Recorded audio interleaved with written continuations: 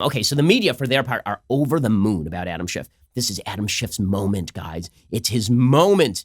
Here's a slight montage of the media just going hog wild over Adam Schiff. Like a teenage boy with his first copy of Hustler. Here we go. The media just enjoying the spectacle of manly man, Adam Schiff. This is really a I am Spartacus moment where, people really need to stand up. And I do think I wrote the same thing, which was that this was a speech really aimed at the better angels. And I think Adam Schiff did a really great job. What I really thought was just amazing about Schiff's presentation is he was speaking not just to the 100 people in the room, he was speaking to 100 years in the future.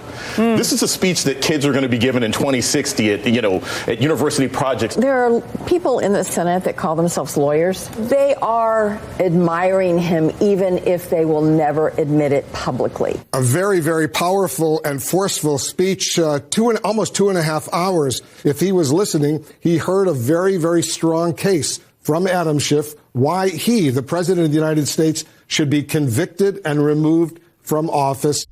Well, I mean, I haven't seen the media. This says, and Chris Matthews got to tingle up his leg by Barack Obama. I haven't seen them this excited.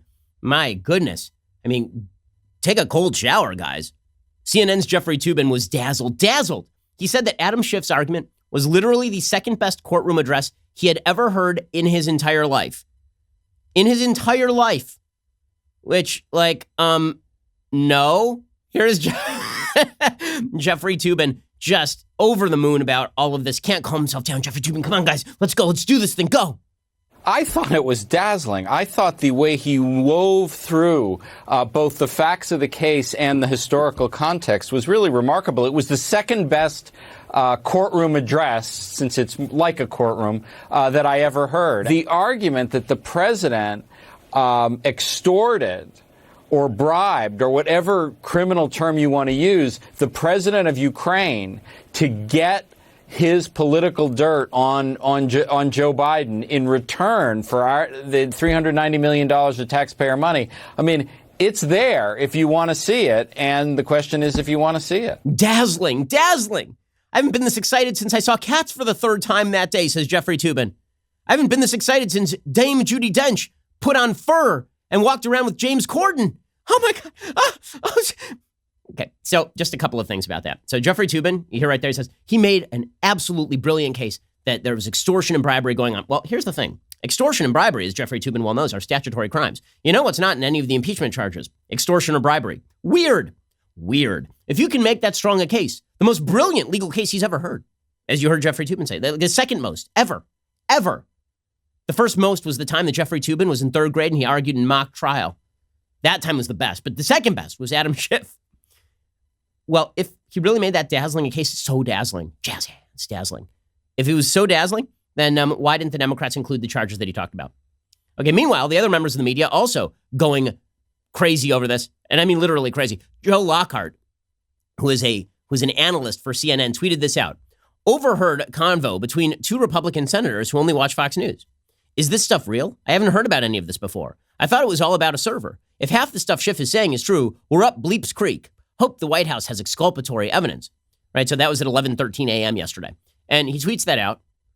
And then about 10 minutes later, he tweets out, okay, maybe I made up the conversation, but that's exactly what they're thinking.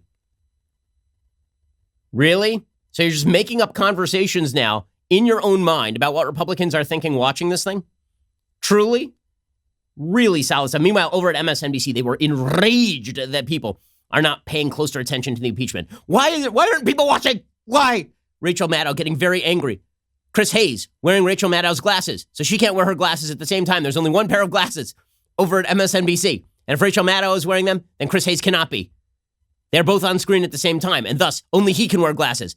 Everyone very, very upset because senators were leaving. Senator like Dianne Feinstein was like, this is boring. I'm out. I have to say, old Dianne Feinstein is one of my favorite Democrats.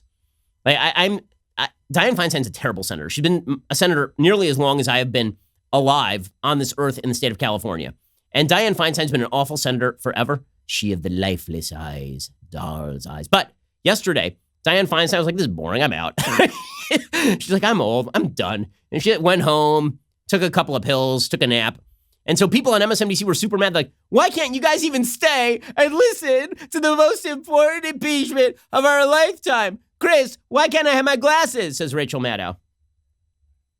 There are some sketch artists in the room who are actually drawing some pictures of what senators are doing, including senators who are sleeping. But it is a little bit weird that we all thought it was within the rules that they had to be there. These people's jobs is to do this. I mean, this is literally the job. If you find it too annoying or frustrating or uncomfortable to sit for 8 hours and listen, you can resign tomorrow and go get another job. Oh, well, I mean, you could get a job on MSNBC like Claire McCaskill after you lose your Senate seat. I mean, you could do that and sit right next to Chris Hayes. He was wearing the glasses of outrage. She wasn't wearing the glasses of outrage. So she was more slightly perturbed, but he was wearing the glasses of MSNBC outrage. So he was very perturbed yesterday. Okay, note to the media. No one cares.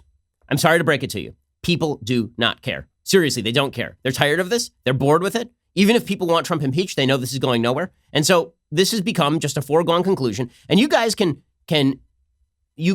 just revel in your own fantasy world where all of this deeply matters. But the reality is that while you are micturating about all of this, while you are just sitting there and you are obsessed with every little detail, most Americans have jobs and lives, and most Americans are not all that interested in any of this.